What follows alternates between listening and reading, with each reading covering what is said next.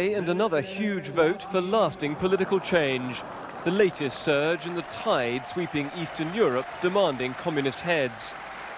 The pressure on Czechoslovakia's communist rulers has been relentless. The crowds turning out despite the icy conditions, and tonight winning their first big battle with the establishment they so resent. As the party's Central Committee convened this morning for an emergency session, speculation had been rife that heads would have to roll.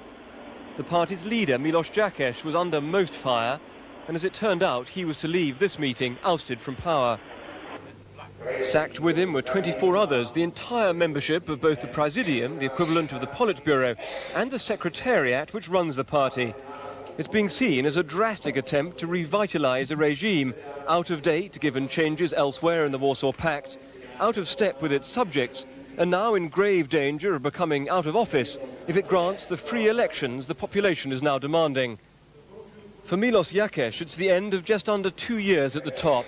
A hardliner, he'd picked up the torch handed him by the leader installed after the crushing of the Prague Spring, and he's done little to change things since then.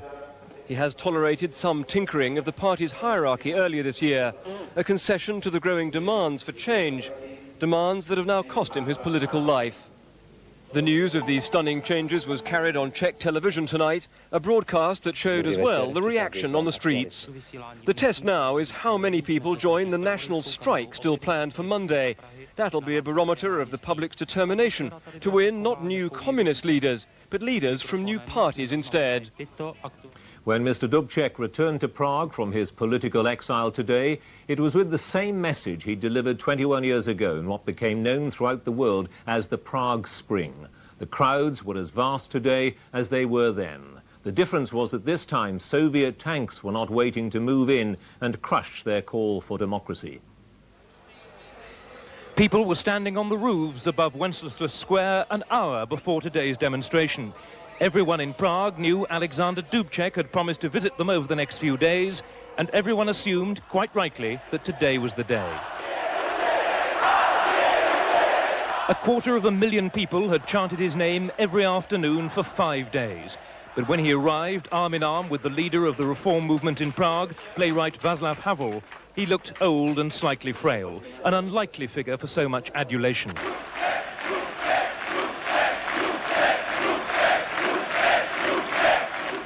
Today, Mr. Dubček repeated the message he delivered yesterday to 100,000 people in his home city of Bratislava.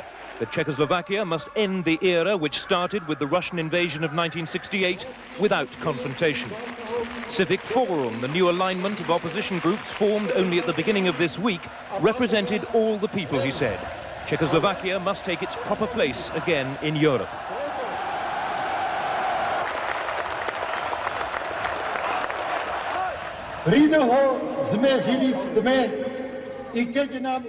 Why should the country live in the dark as now, asked Mr. Dubček. Soon there should be light. The former leader's speech was not a long one, but it was the climax of an extraordinary week of emotion in Wenceslas Square.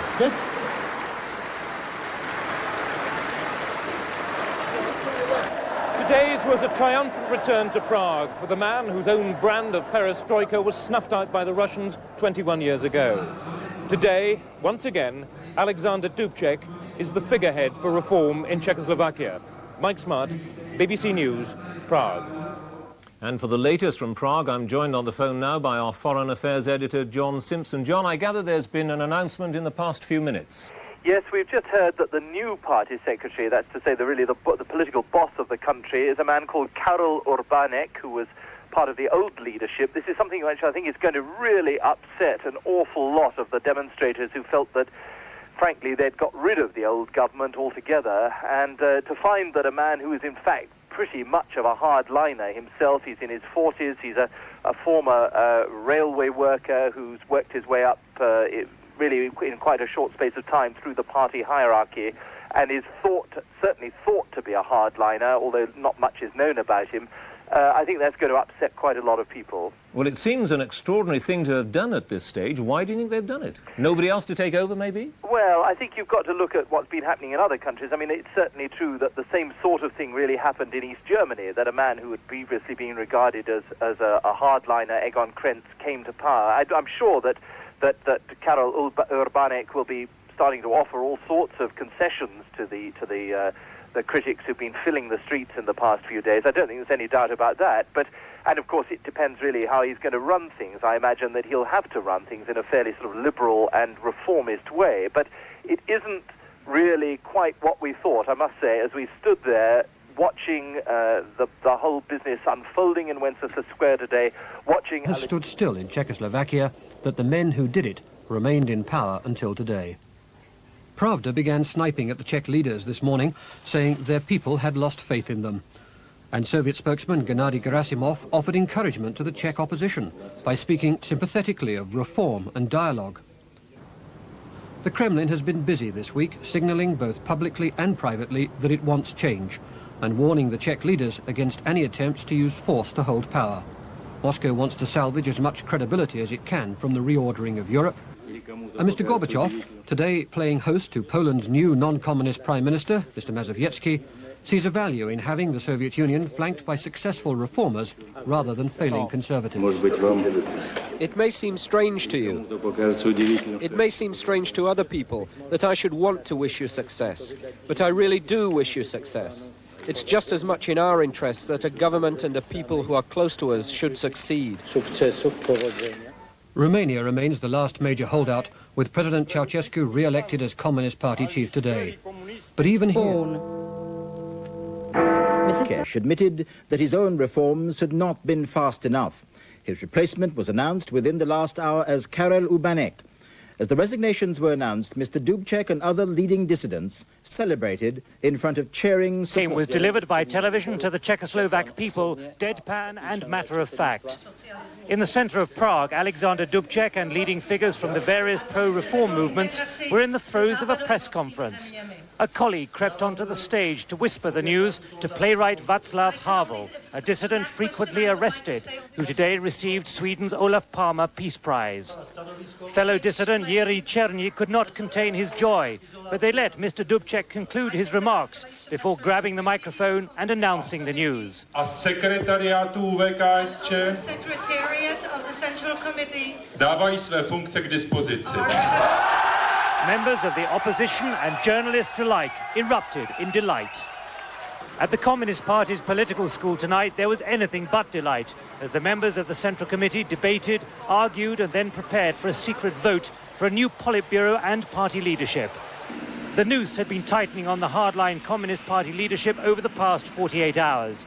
Party apparatchiks, rarely seen in public, here headed for today's watershed meeting, knowing that pressure from Mr. Gorbachev via the Soviet ambassador here had forced their hand towards an East German-style clear-out against their will.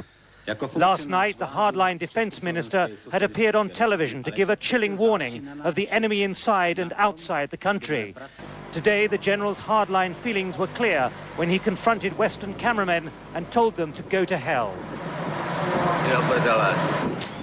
All of the 150 Central Committee members are associated with the post-1968 regime. Most are assumed to be hardline. But it appears that after the outgoing party leader, Miloš Jakeš, had talked of the need for personnel changes today, the closeted reformers in the committee, who had long kept their heads down, suddenly flexed their muscles to stand their ground against every member of the leadership, from President Husak downwards. Within just 24 hours then, as workers, students and any member of the public clamoured for information, the political tide had swung decisively against the hardliners and 21 years of repressive policies. Yesterday at the television centre, staff had threatened to strike if the authorities did not remove the usual political straitjacket, which they said was stopping accurate reporting of events here. This morning they left a meeting which agreed that the authorities had moved decisively towards allowing open reporting. Television news broadcasts are now being scheduled more frequently. Instead of brief mentions of the massive protests, there are tonight detailed reports and eyewitness accounts by correspondents. Street interviews have now been run at length. And tonight, shots of the euphoria in Wenceslas Square were being broadcast just a week after the authorities refused to broadcast this material of last Friday's police brutality. Material finally shown an hour after the Politburo resigned tonight. The clear-out at the top of the Communist Party has generated great delight and euphoria, but under the existing constitution, whoever takes over will lead a Communist Party which still has a monopoly of power. The opposition will not believe things have really changed until there is a firm commitment to democracy and a multi-party system. Nick Gowing, News at 10, Prague. The press of people overwhelming. 250,000 people in perfect harmony.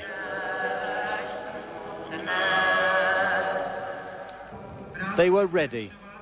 Alexander Dubček stepped onto the balcony. Like Bratislava last night, he came to embrace his people.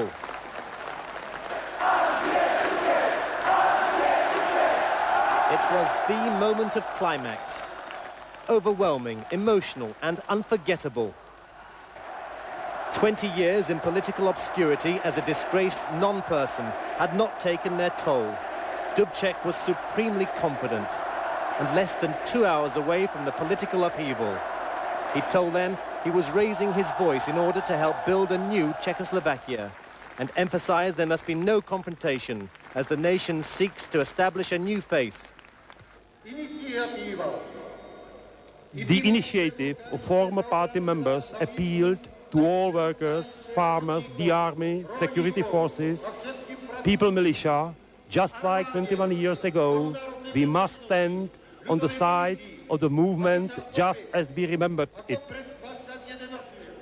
I declare that I am here and I am giving here to you all people and people of Prague my vote. The timing was perfect. Long live reform. In just 7 days, the country had witnessed a miraculous transformation among its people. So rapid, so overpowering that the unstoppable push for reform had by now cracked wide open the kernel of hardline socialist leadership. The protests turned to celebrations. These people said a huge weight had been lifted from them. I'm very happy. That's great. That's a great day. We never believed that Gorbachev will help us, but today he will. Well, it's just a fantastic experience. In last years, I was losing all my hopes that ever in my life this will happen. No one, not even the Czechoslovaks themselves, believed they had the guts to rise up as one and heave out the old to bring in a new regime. Together in protest, and now together in celebrations, the students are throwing a wild party. In Wenceslas